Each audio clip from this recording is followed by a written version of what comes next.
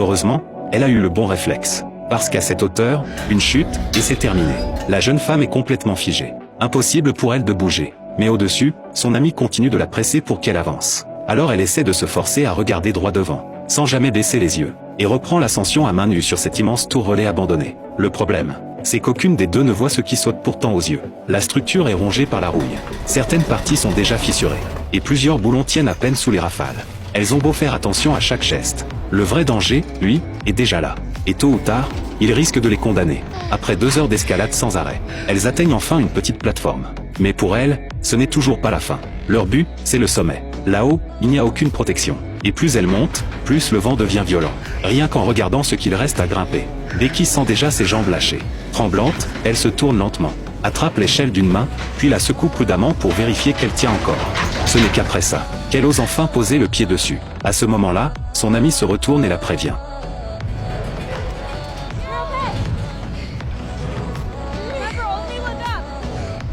Mais malgré tout, Becky finit par regarder vers le bas. Et un seul regard lui suffit pour paniquer. Sauf que maintenant, il est trop tard pour reculer. Les deux femmes sont reliées par leur système de sécurité.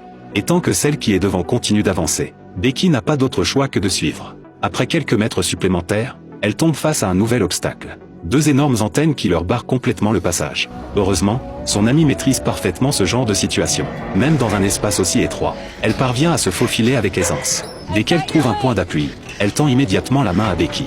Terrorisée, Becky est beaucoup moins agile. Mais grâce à sa silhouette plus fine, elle réussit malgré tout à se glisser à travers l'ouverture. Une fois le passage franchi, son amie se détend aussitôt, et recommence même à plaisanter.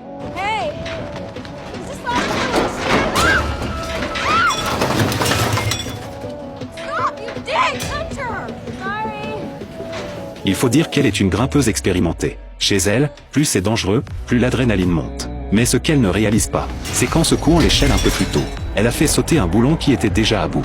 Normalement, depuis cette plateforme, il ne restait qu'une dizaine de minutes avant le sommet. Mais Becky, encore sous le choc, avance si lentement, qu'il leur faut finalement une demi-heure pour y arriver. Quand elles atteignent enfin le haut de la tour, Becky est totalement épuisée. Son ami, déjà en sécurité, lui tend la main pour la hisser jusqu'à elle. Mais au moment de monter, Becky glisse, et manque de basculer dans le vide.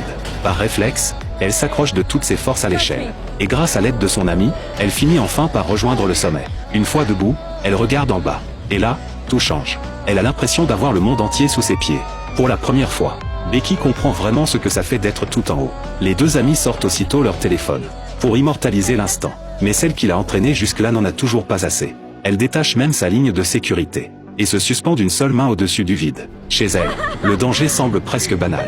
Mais une fois les photos terminées, au moment de redescendre, elles se rendent compte d'une chose. Descendre depuis cette plateforme minuscule est encore plus compliqué que d'y monter.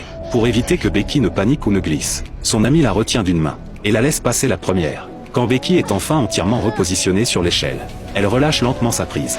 Becky croit alors que le plus dur est derrière elle. Qu'en restant prudente, elles vont pouvoir redescendre sans problème. Mais à peine commence-t-elle sa descente, que tout bascule.